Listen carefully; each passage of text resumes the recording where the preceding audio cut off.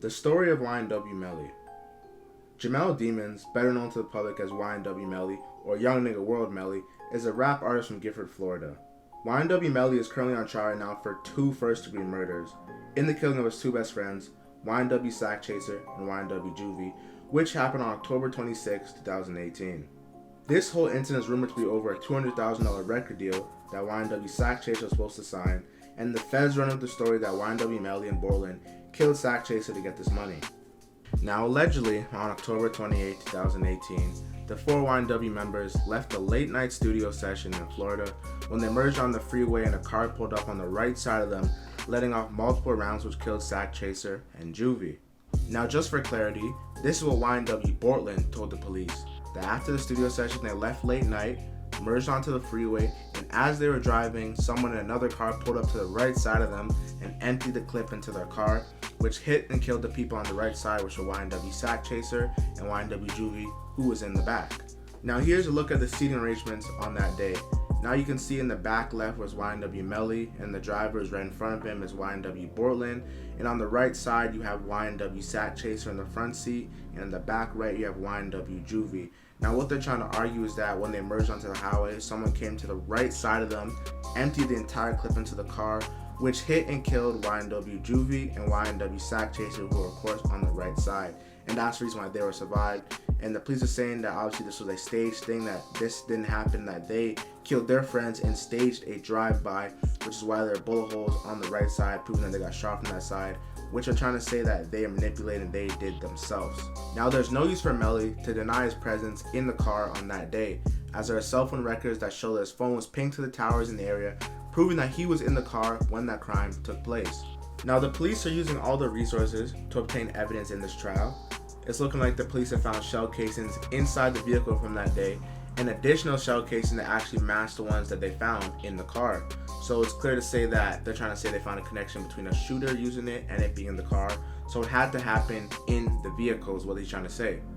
Now one thing we gotta realize is YNW Melly is facing the death penalty. This is Florida, this is that dirty South, this is where it gets active, man, and this is where he's gonna be facing his fate. You know, in the South they do carry a lot of weapons and stuff like that, so them having the death penalty doesn't surprise me at all. But this is the first time you may see a major rapper get the death penalty ever, and it's crazy. Now the forensic team analyzed bullet trajectory in the vehicle. The bullets that went from the left to the right side is what killed YNW Juvie in the back seat. And the bullets that went from the back to the front in the car is what killed YNW Sack Chaser, who was in the upright passenger seat. Now the feds are convinced that the fatal bullets were fired from inside the vehicle. Right now there's a 66-page court document regarding all the information that has never been seen by the public. Let's play devil's advocate. The prosecution has no murder weapon at the time, and no forensic evidence proving Melly was the shooter of this murder, therefore innocent until proven guilty. Sure, you can say, well, the bullets were fired from inside the car. We are not the judges, we have to let the court make the decisions. Although it's the courts that makes those decisions, the court of public opinion feels like they're really in charge. I saw a Reddit post regarding Melly's trial saying, "How are y'all so optimistic? I'm not being sarcastic. Am I missing something here? This is coming from someone a semester away from taking the LSAT, so I feel like I have an above average understanding. There are 66 pages worth of evidence, a bullet in the car of the same caliber, cell phone metadata, line about the incident where it took place, and the motive. How is he beating this?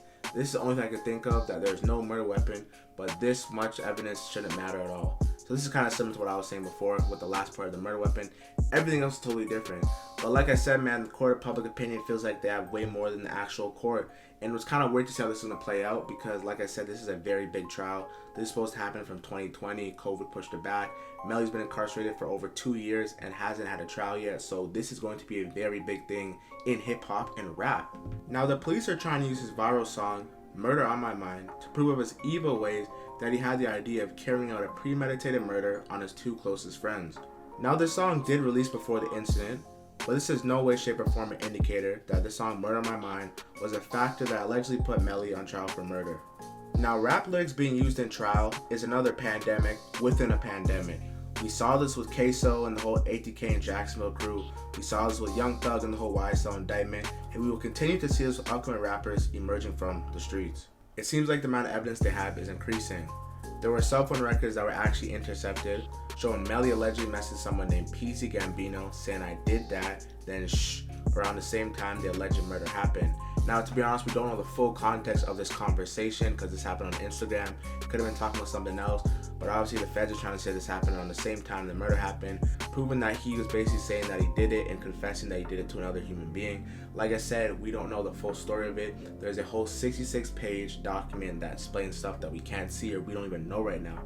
So we gotta wait for that to come out. Man, this whole thing is just crazy right now regarding the whole Melly and that he's gonna be the first rapper, if convicted, to get the death penalty that we might see. Now I'm hearing that there may be like a second phase, so if he gets convicted, they'll have to do another phase with another jury, saying that they want him to get the death penalty and it'll all be up to their choice.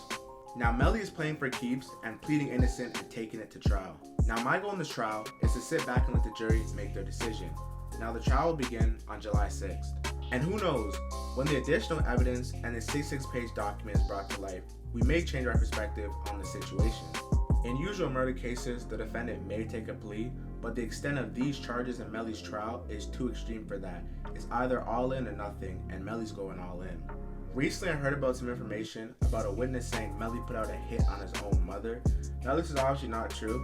It just seems like the prosecution and the feds trying to make Melly look bad and paint him as a bad individual right before his trial begins. I'm going to let the evidence and the time tell the story of what happened on that day, October 26, 2018. Subscribe to hear more about the future updates of the YNW Melly trial. If you like the content, like the video, subscribe for more. Tell a friend about Jared Star, man. We gone.